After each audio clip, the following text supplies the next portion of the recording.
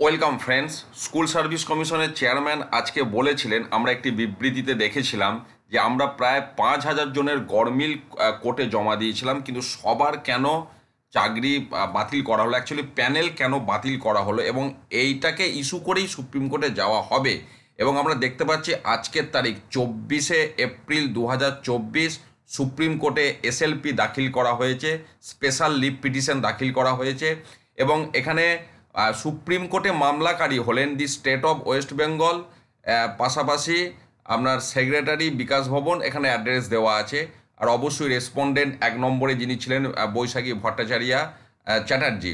এবার এখানে এখনো পর্যন্ত এই মামলা শুনানির দিন স্থির হয়নি, এটা হচ্ছে প্রথম কথা।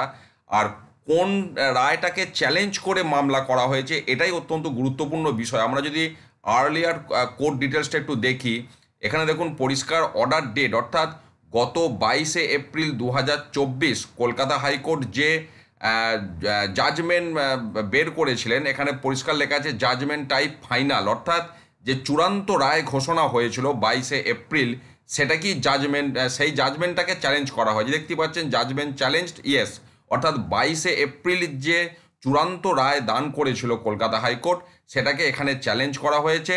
এবং কোর্ট ফি জমা দেওয়া হয়েছে, আমরা দেখলাম এখানে 1510 টাকা কোর্ট ফি জমা দেওয়া হয়েছে।